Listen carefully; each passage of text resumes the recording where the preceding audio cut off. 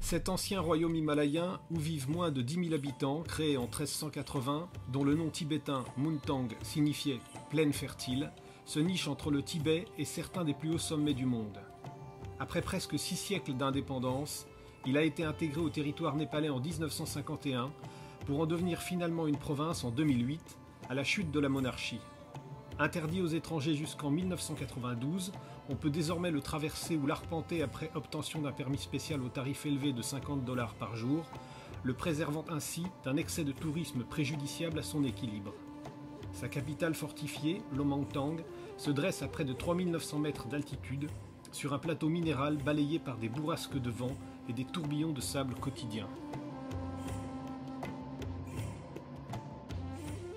Le Mustang est un joyau exceptionnel, assemblage de plaines verdoyantes, de patchwork de champs aux cultures variées, de rivières et torrents tumultueux, de villages perchés aux murs chaulés et toits plats, de paysages vertigineux et de montagnes spectaculaires aux couleurs grandioses, parsemées de moulins à prières, de gompas et de chorten.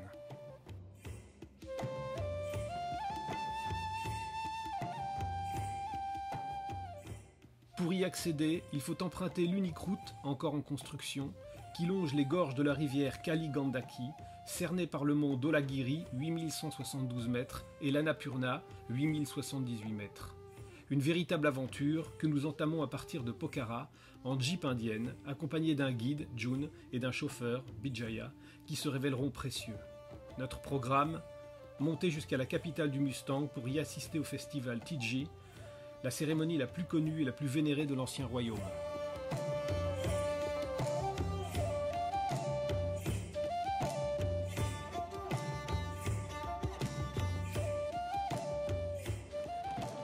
La première journée nous a mis dans le bain très vite. 10 heures de chaos sur des pistes noyées de boue et de violents orages qui réduisaient la visibilité à une vingtaine de mètres. En milieu d'après-midi, nous avons atteint les premiers contreforts du Mustang, verdoyants, ruisselants de cascades, et nous avons compris ce que voulait vraiment dire route en construction avec notre premier arrêt d'1 heure, dû au creusement de la montagne par une pelleteuse. Les Népalais, habitués à ces escales, se détendent joyeusement. Le lit des rivières, lorsqu'il est presque à sec, est une voie de circulation comme une autre ici. Nous rejoignons notre première étape à la nuit tombée. Marfa, petit village de pierre posé à 2700 mètres.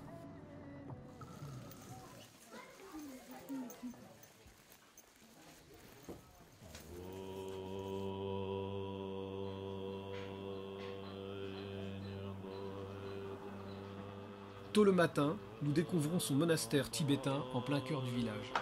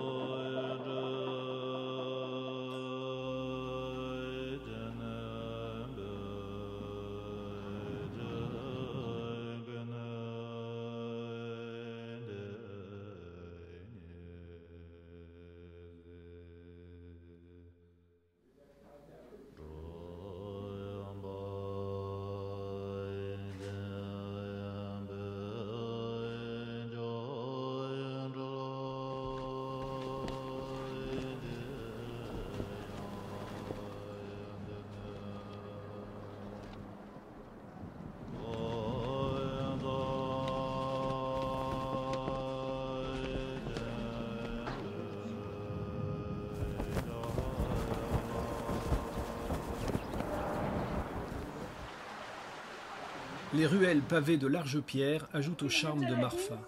Les portes et les fenêtres sont délimitées par des panneaux de cerisier, des lignes rouges nettes bordant des façades blanches rustiques. Le village, serein, paisible, est enserré entre les montagnes et dominé par le Dholagiri. La région tout entière est célèbre pour sa production de pommes. On y fait du cognac, du cidre et de délicieux apple pie. Il est un peu plus de midi. Le vent, violent, glacial, s'est levé d'un coup, faisant claquer les drapeaux.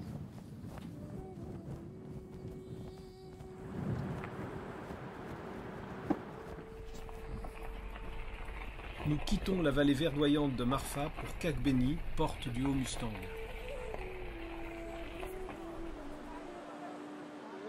Une puja hindoue, rite d'offrande et d'adoration, s'y déroule au bord du fleuve.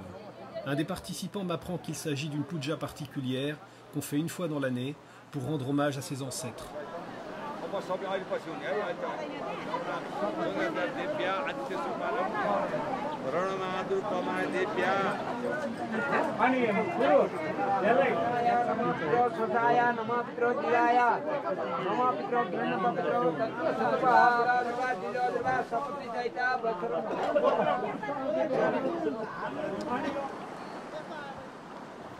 Sur le chemin qui mène au monastère, un des nombreux entassements de pierres manies, pierres gravées de mantras ou de textes religieux, qui parsèment le Mustang.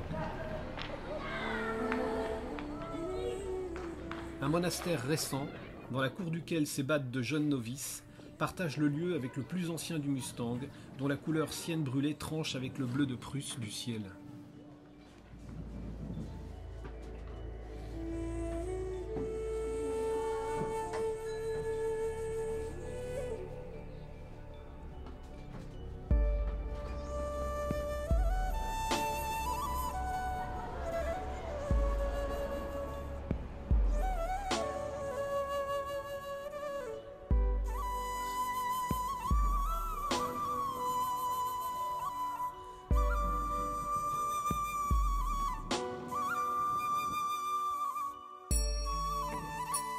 Nous longeons de près la rivière Kali Gandaki sur une piste correcte, au cœur de gorges somptueuses au ton ocre et rouge, puis montons rapidement de 1000 mètres entre collines boisées, mosaïques de champs cultivés et massifs torturés, jusqu'à Muktina, situé à une altitude de 3710 mètres, au pied du col de Torongla.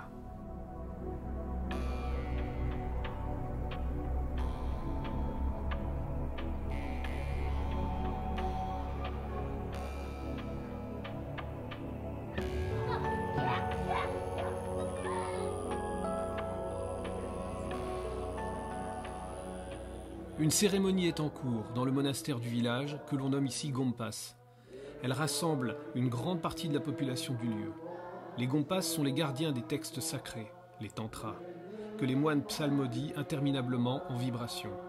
Aux murs sont accrochés des tankas représentant la roue de la vie tenue par Mara ou les vies antérieures de Bouddha. On y chante des sutras, textes attribués à des grands maîtres bouddhistes. Les chants de sutras se font à l'unisson.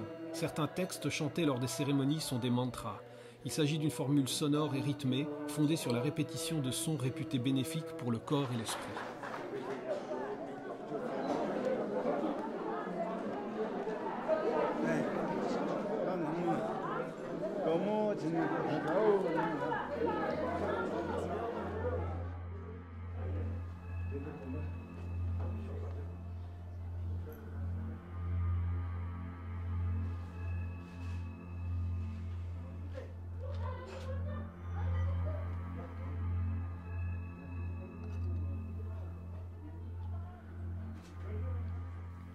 Un dîner est servi aux habitants sur le parvis du monastère.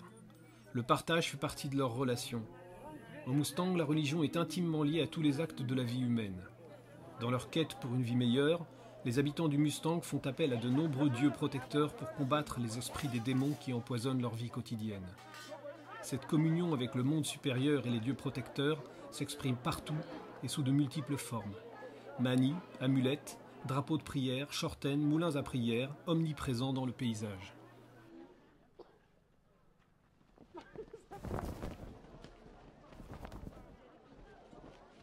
Au matin, nous montons les 250 marches, avec difficulté compte tenu de l'altitude, jusqu'au temple Vishnu, l'un des 8 plus saints au monde. À proximité de ce temple, il y a 108 sources d'eau où les fidèles prennent leur bain sacré. De nombreux pèlerins venus de la vallée de Katmandou et d'Inde s'y pressent. On y dépose des offrandes, on y brûle de l'encens, on s'y asperge, on y collecte l'eau sacrée et on se baigne dans l'un des 2 bassins. Les pujas s'y succèdent tout au long de la journée.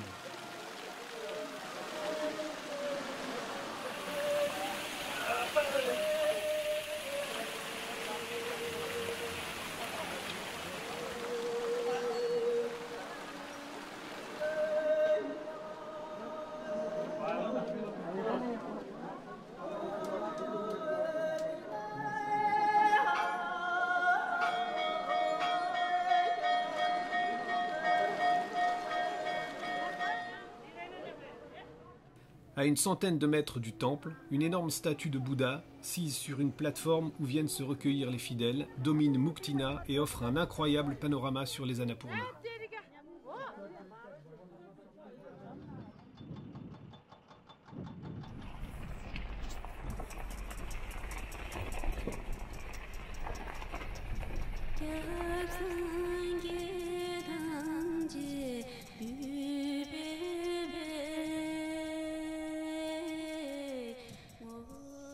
En fin de matinée, nous poursuivons notre cheminement vers Chuksang. Ce village, posé à 3000 mètres, est constitué de 3 hameaux, Tangma, Braga et Sikyab. Ces hameaux forment une communauté agricole très active. De l'autre côté de la Kali Gandaki, une grande falaise ocre rouge domine le paysage.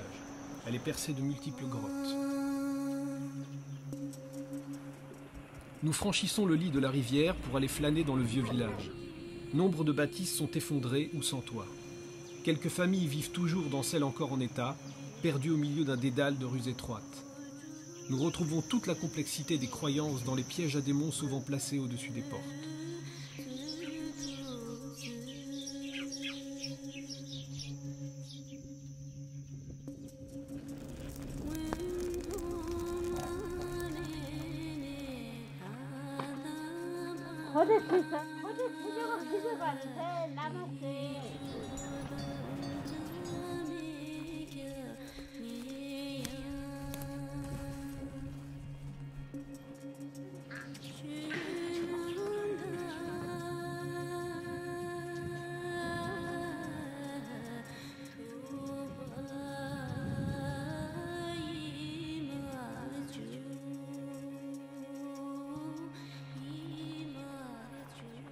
Retour à Chuksang par le pont métallique suspendu. Le vent est particulièrement violent.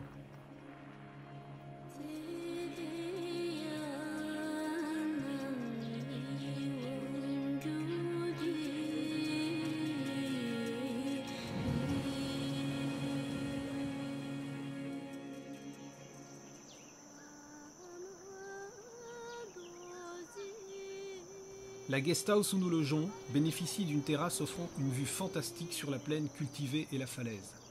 Le travail au champ a déjà commencé.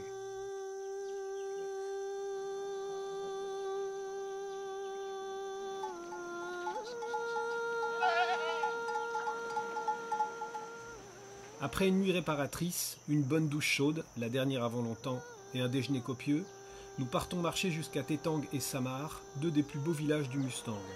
L'univers minéral, multicolore, est éblouissant, tempéré par des mosaïques de champs de blés encore verts. De nombreux shortens sont dressés de loin en loin.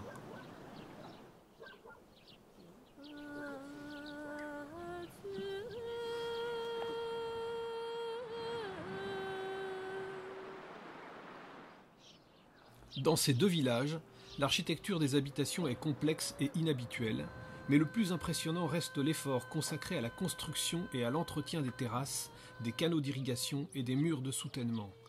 Certaines zones de champs sont connectées aux canaux artériels par des aqueducs souterrains qui passent sous des champs intermédiaires. Tâche des plus ardues ici est le transport des tonnes de limon de rivière vers les terres cultivées.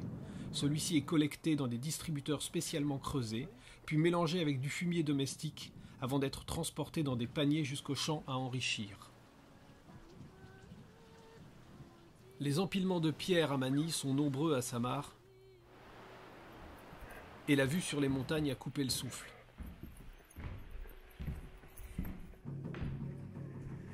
Nous reprenons la piste en direction de Geling.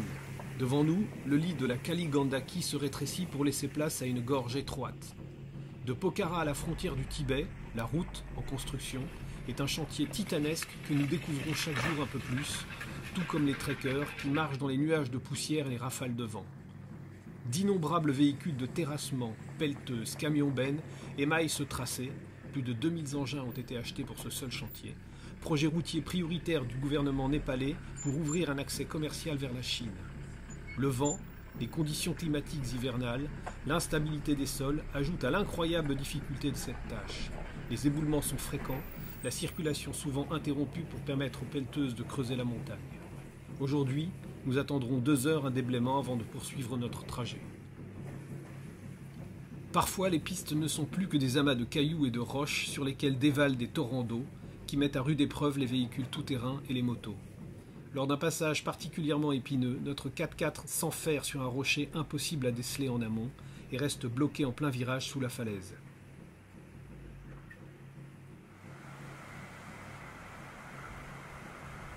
Nos tentatives de l'en extirper restent vaines, les roues patinent, car le bas de caisse est posé sur un bloc rocheux. Nous soulèverons l'arrière du véhicule avec un cric pour glisser des cailloux sous les pneus, dans l'eau glaciale, et grâce à l'aide de Népalais porteurs, finirons par nous en extraire après plus d'une heure de tentatives infructueuses. Ce qui ne devait être qu'un trajet de 2 heures en aura duré 6.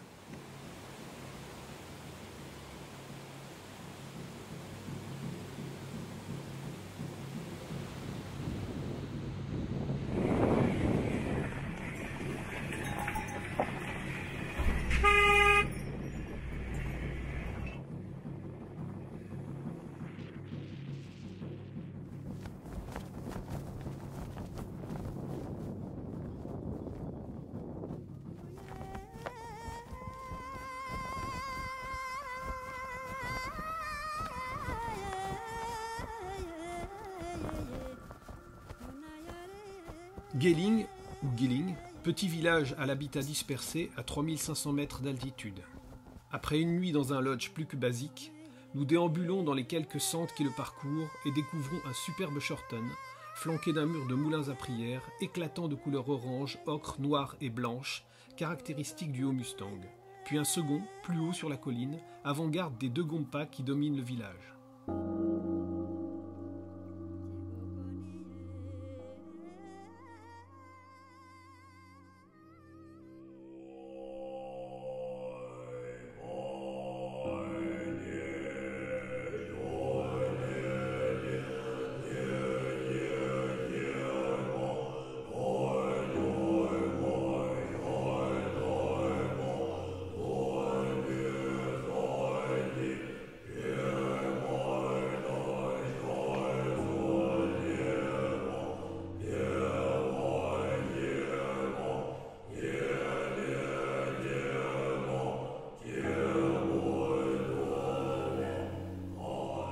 Les fresques murales y sont splendides et en parfait état.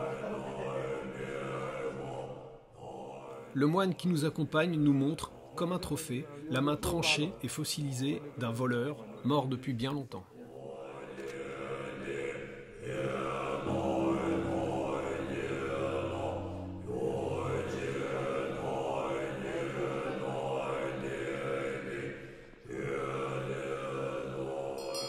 L'étape suivante se révélera la plus belle de notre périple.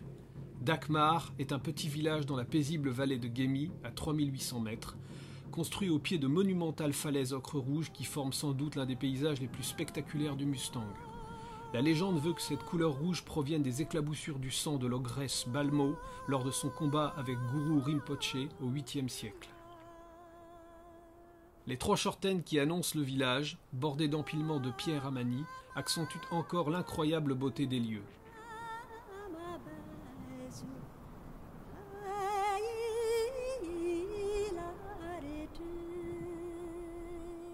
Au cœur de la vallée, dans une zone d'herbe tendre, les chevaux paissent librement.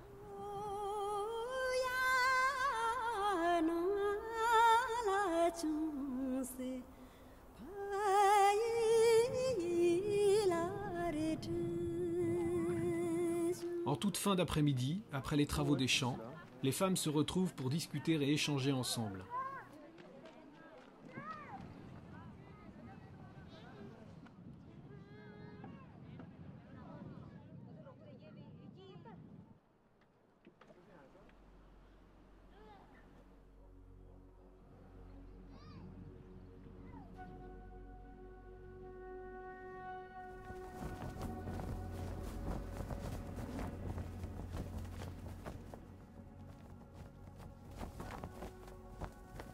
Le coucher du soleil sur les falaises rouges de Dakmar est un moment unique que nous ne sommes pas prêts d'oublier.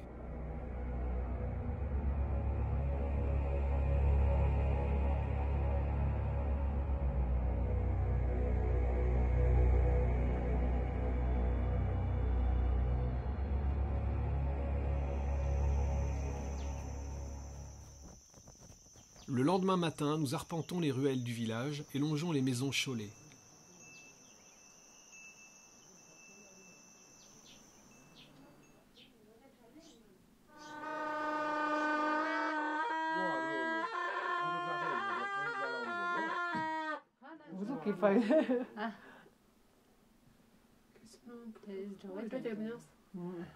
Nous sommes dans l'une d'entre elles. Une jeune bonze novice s'y exerce au radong, sorte de trompette tibétaine, avec son professeur, tandis que des moines qui y logent récitent des sutras.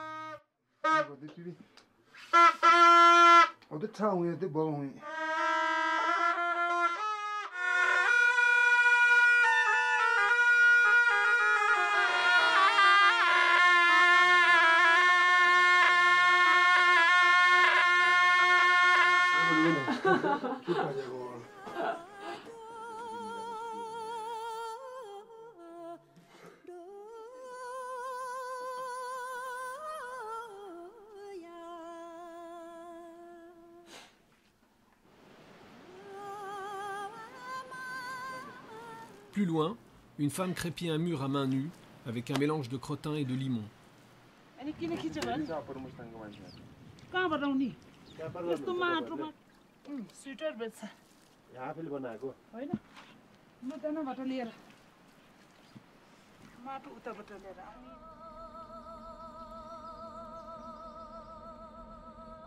Sur la piste de notre dernière étape pour l'Omangtang, nous traversons Tsarang avec son beau chorten sculpté et son monastère vieux de 4 siècles.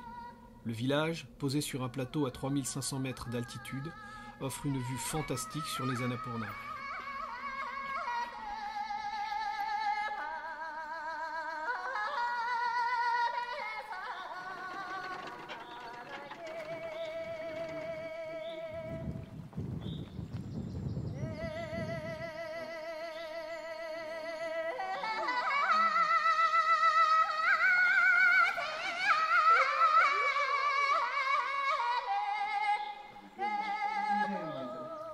Au hasard de nos déambulations dans les ruelles, nous tombons sur une minuscule école de 2 classes, l'une de 4 et l'autre de 3 élèves.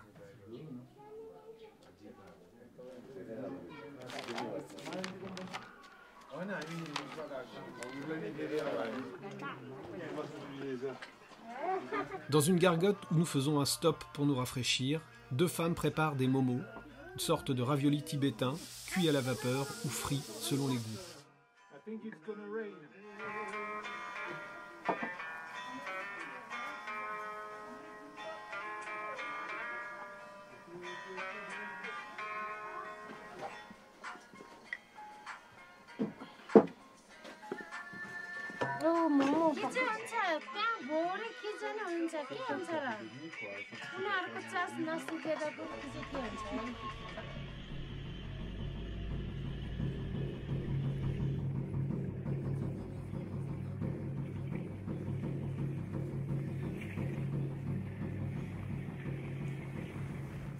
Dans le courant de l'après-midi, nous atteignons le col de Dalbat, juste au-dessus de la capitale du Mustang, à près de 4000 mètres.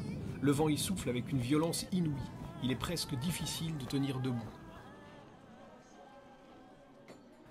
La petite cité de l'Omangtang est la capitale historique de l'ancien royaume du Mustang. Ses habitants ont su maîtriser cette terre aride battue par les vents et y ont édifié une cité fortifiée unique dans laquelle vivent actuellement moins de 700 personnes, mais plusieurs milliers d'animaux, en particulier des chèvres. On y découvre des habitations séculaires, des édifices royaux et religieux, et on y parle le tibétain. L'Omangtang a conservé son aspect ancestral, une cité avec peu de voitures, pas d'enseignes lumineuses, des ruelles empierrées, une allure médiévale et une vie discrète et paisible. Y accéder reste une aventure. Il faut compter 4 à 5 jours de marche depuis Jomongson, 2 à 3 jours de cheval, ou au moins 2 jours de 4x4. Un périple éprouvant, nous l'avons constaté, avec plusieurs cols de plus de 4000 mètres d'altitude. Ses habitants sont tous adeptes du bouddhisme tibétain, comme dans le reste du Mustang. Les sommets himalayens bloquent la mousson, ce qui limite l'agriculture vivrière à peu de récoltes, du blé, de l'orge et quelques légumes. Un peu d'élevage, comme des troupeaux de chèvres et de yaks semi-sauvages, complètent leurs maigres ressources. En fin d'automne, L'ensemble de la population charge les chevaux des produits de leur culture ou leur artisanat, comme le tissage ou la réalisation de tankas et autres images peintes, et entreprend une longue transhumance vers la vallée de Pokhara pour y commercer et passer l'hiver dans des conditions supportables. La spiritualité y est présente partout, à travers les regards des vieillards tournant leurs moulins à prière, les chortaines blancs immaculés ou sur les innombrables drapeaux de prière multicolores. Les visages burinés, témoins du temps et des conditions de vie difficiles dans ce milieu hostile, les sourires révèlent leur bienveillance.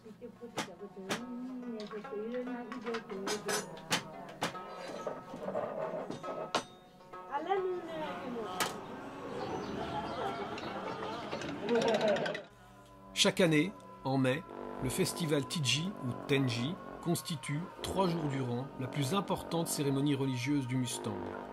Elle commémore la victoire de Dorje Sonam, une réincarnation de Bouddha qui, dans un passé légendaire, terrassa un démon appelé Mamtamruta. Des centaines d'hommes, de femmes et d'enfants font plusieurs jours de marche dans la montagne pour y assister, apportant des offrandes pour les moines, de la nourriture, du bois de chauffage ou un peu d'argent. Chaque village a également envoyé quelques précieuses poignées de blé et d'orge utilisées pour modeler des petites statuettes de pâte, incarnation des démons que cette cérémonie vise à éloigner. La fête monastique de Tiji est l'occasion pour beaucoup de Lopas, habitants du Mustang, de se parer de leurs plus beaux habits.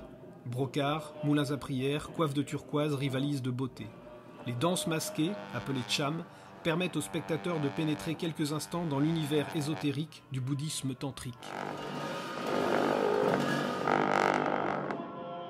Le premier des 3 jours que dure le festival, les lamas présents dans le très vieux monastère chaudé de Lomangtang méditent et effectuent jusqu'au soir le rituel de Vajrakila. Vajrakilaya est une déité du bouddhisme tantrique, plus précisément un Heruka, c'est-à-dire une forme en colère, furieuse, courroucée de Vajrasattva, un Bouddha purificateur du karma qui concentre les énergies et la sagesse. Cette pratique est centrée sur la confession et la purification. Dans le bouddhisme tibétain, certaines déités peuvent prendre des formes très effrayantes, dites courroucées. Plus la déité est courroucée, plus il est dit que la pratique du rituel sera efficace d'un point de vue spirituel. C'est contre ses ennemis, en particulier les forces démoniaques de l'ego avec son cortège d'émotions destructrices, haine, désir, jalousie, etc., que sa très puissante colère est dirigée. Son rôle est de trancher net les schémas émotionnels ou cognitifs qui emprisonnent le pratiquant et l'empêchent de se libérer de l'ego et de progresser sur le chemin spirituel.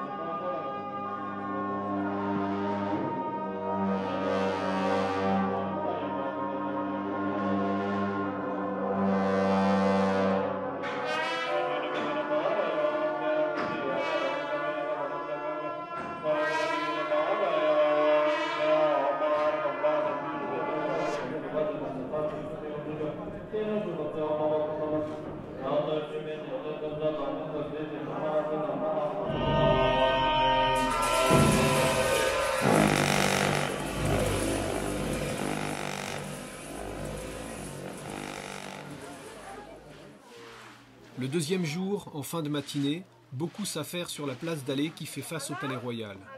Le lieu est lavé à grande eau, balayé, des novices peignent des cercles sur le sol qui définiront les emplacements dévolus aux danseurs, et vers 14 h, le festival commence. Les moines s'installent au pied du Palais Royal, où est déployé un tanka gigantesque représentant le fondateur du bouddhisme tibétain, Guru Rinpoche. Vêtu de sa tenue d'apparat, le roi du Mustang, dont le rôle est désormais purement représentatif, assiste et participe à la fête. En effet, en octobre 2008, la monarchie a été abolie au Mustang par décision du gouvernement de la Nouvelle République du Népal, et la famille régnante n'est plus qu'une lignée de Rajas parmi d'autres.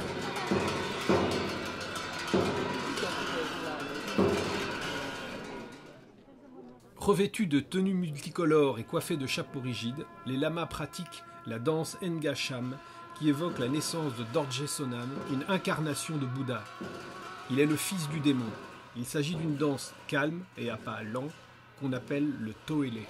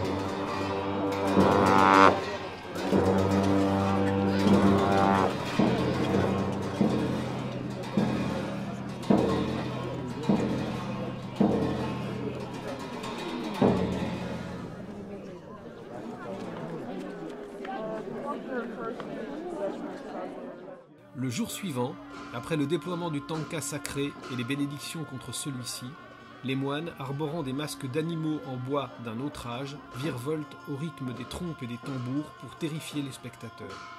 C'est un défi lancé par le mauvais génie Man Tamru par le biais d'une danse nommée Sacham.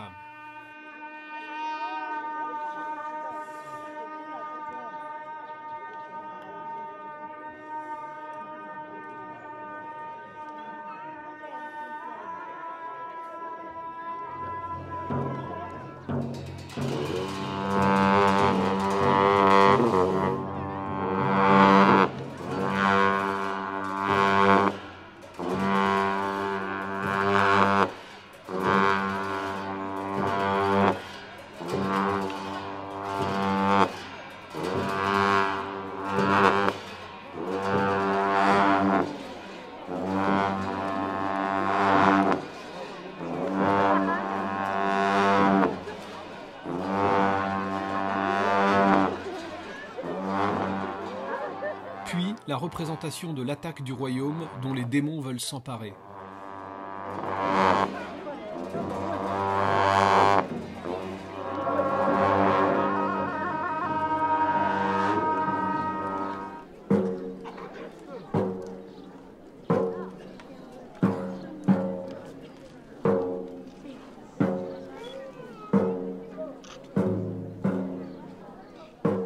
Les Labas effectuent différentes danses religieuses pour chasser les démons de l'Omangtang.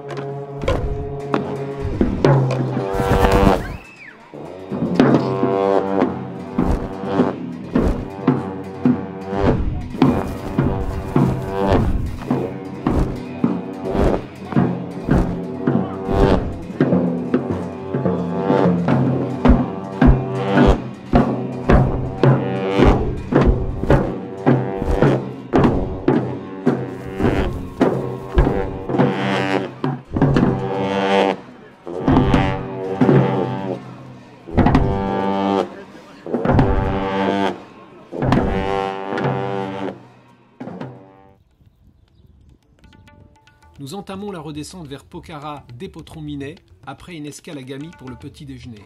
Très vite, nous nous retrouvons face à la problématique des voies très détériorées.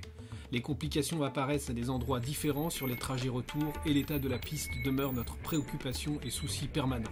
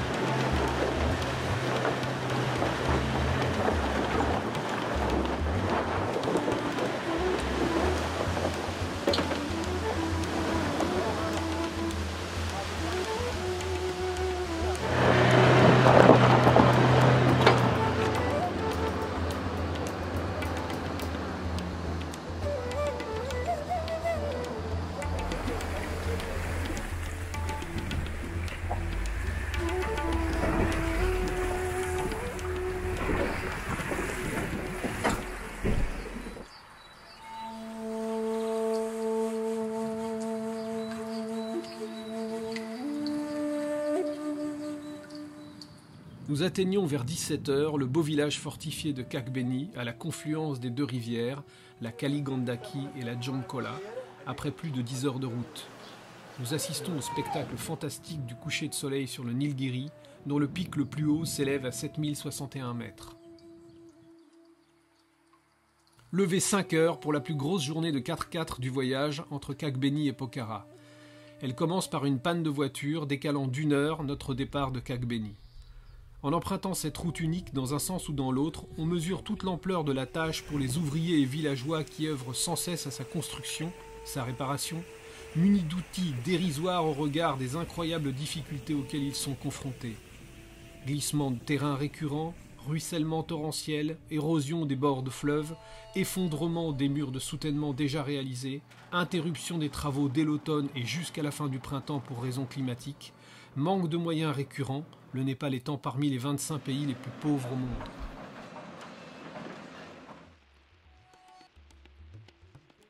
L'arrivée sur Sarankot, au-dessus de Pokhara, est une bénédiction.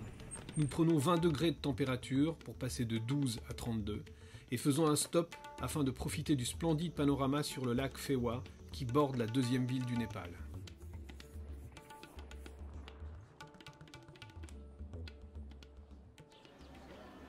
Petit village Magar, l'une des ethnies les plus importantes du pays, Bandipur est situé à 3 heures de route de Pokhara et 5 heures de la capitale, théoriquement, sur l'ancienne route des caravanes entre l'Inde et le Tibet, à 1000 mètres d'altitude.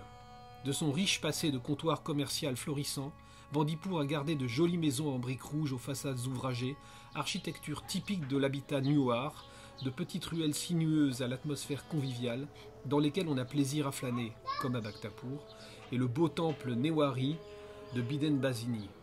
La vie y est placide, sereine, sans moto ni voiture, un répit appréciable avant la frénésie de Katmandou et les touristes étonnamment rares.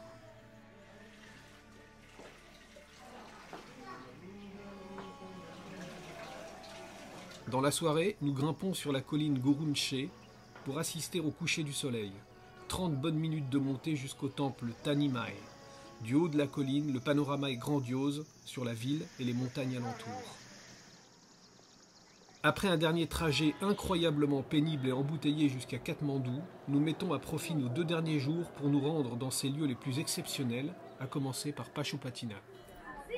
Construit au bord de la rivière Bagmati, la plus sacrée des rivières du Népal, Pashupatinath est un haut lieu de culture hindouiste. Le temple au toit d'or, maison du dieu Shiva, inaccessible non hindou, trône en son centre. Shiva prend ici la forme paisible et bienveillante de Pashupati, le gardien du troupeau, le rassembleur des âmes, celui qui veille sur le royaume du Népal. Un pont permet de traverser la rivière et d'accéder à un long escalier bordé de plusieurs chaitya, chapelles, en grosses pierres grises. C'est aussi un lieu de contraste. La vie côtoyant la mort, l'activité mercantile des vendeurs de babioles, les fidèles venus de partout pour s'y recueillir, les gâtes pour les gens des hautes castes jouxtant ceux destinés aux gens impurs des basses castes, les renonçants en quête de sainteté, parmi les mendiants déguisés en sadhus, les saints hommes, les femmes enveloppées dans leurs luxueux saris parmi les hommes presque nus barbouillés de cendres, et le brahman se recueillant avant d'officier à une cérémonie à quelques pas des touristes. Du vaste promontoire qui surplombe le site, on a une vue plongeante sur les ghattes de crémation de l'autre côté de la rivière. Des morts, enveloppés dans un linceul, reposent par terre. Ils sont ensuite emportés vers un bûcher funéraire. Des membres de la famille font 3 fois le tour du bûcher en portant le corps de leur défunt. Ils le déposent ensuite sur le bûcher et le recouvrent de paille. Le feu est allumé près de la bouche. Le corps s'embrase. La famille reste là pendant un moment, puis descend à la rivière pour le bain rituel purificateur. Le mort brûlera lentement et ses cendres seront jetées à l'eau. Des fleurs mortuaires sont emportées doucement par le courant. Les pujas privés se déroulent à longueur de temps de chaque côté des ghattes. La foule des fidèles déambule à travers les vendeurs de fleurs, les sadhus, les mendiants et les singes agités se disputant pour quelques morceaux de nourriture.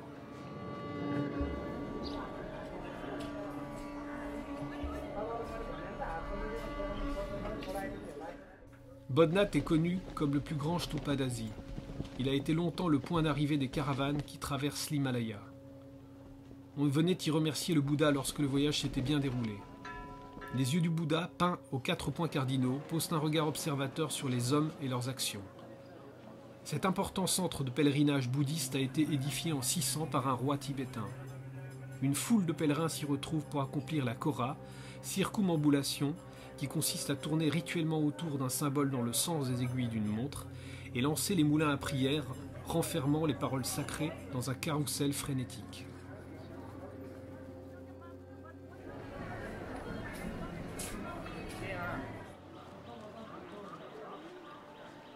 La plus belle ville du Népal, Bhaktapur. Ancienne cité impériale, parfois encore appelée Bagdaon, la cité des dévots est située à 13 km à l'est de Katmandou, une petite ville paysanne et artisanale dont le caractère médiéval est toujours présent, grâce notamment à l'absence de voitures.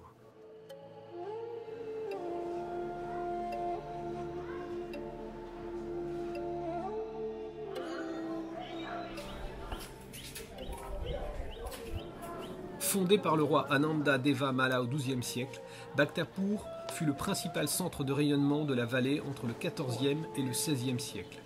Les vestiges architecturaux et artistiques de la cité ont été conservés, de même que son caractère moyenâgeux. Bhaktapur se caractérise par des ruelles étroites ornées d'anciennes demeures à étages, de boutiques et de vieilles échoppes.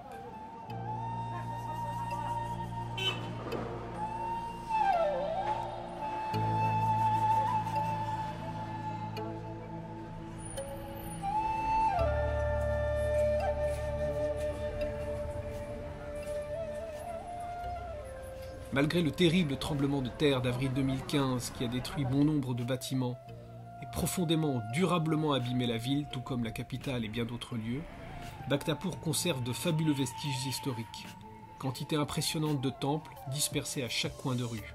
La cité des dévots, inscrite au patrimoine de l'humanité, en posséderait d'ailleurs plus que Katmandou et les autres villes de la vallée.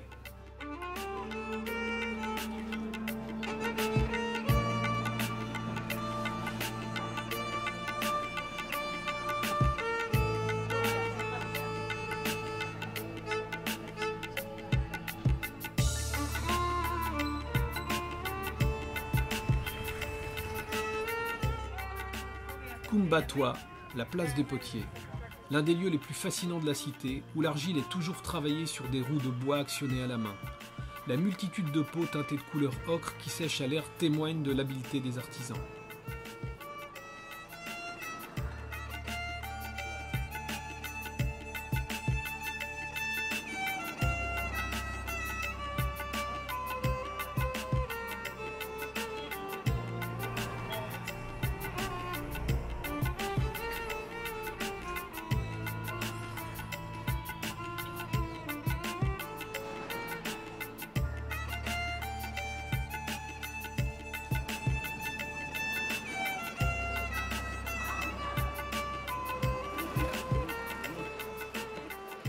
De nombreux bassins émaillent Bhaktapur, dont celui à proximité du temple de Bhimsen.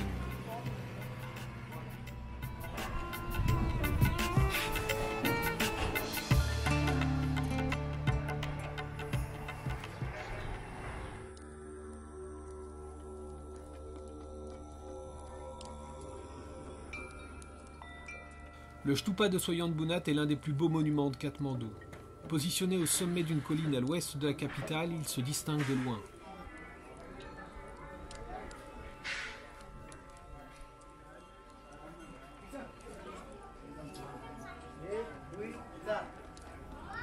Aux 4 points cardinaux, les yeux de Bouddha veillent. Comme d'autres bâtiments anciens de la capitale, le temple a subi des destructions lors du tremblement de terre. Le monastère s'est effondré, obligeant les moines à procéder aux cérémonies plus bas sous un chapiteau, tandis que les travaux de reconstruction sont en cours.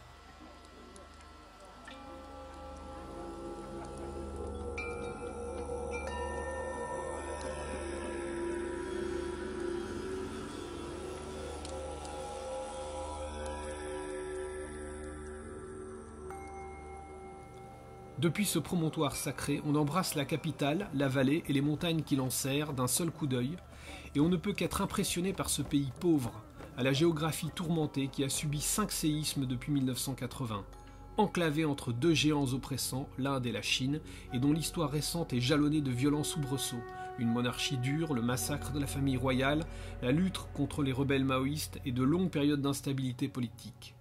Le Népal d'aujourd'hui est en pleine transition. Dans sa marche en avant pour instaurer une véritable démocratie et un État moderne, il faut souhaiter qu'il sache préserver l'originalité de sa culture et l'intégrité des paysages uniques qu'il abrite. Om tare do dare dore mama ye boninyana bondingorozo. Om tare do dare dore mama ye boninyana bondingorozo. Om tare do dare dore mama ye boninyana bondingorozo. Om tare do dare dore mama ye boninyana bondingorozo. Om tare do dare dore mama ye boninyana bondingorozo.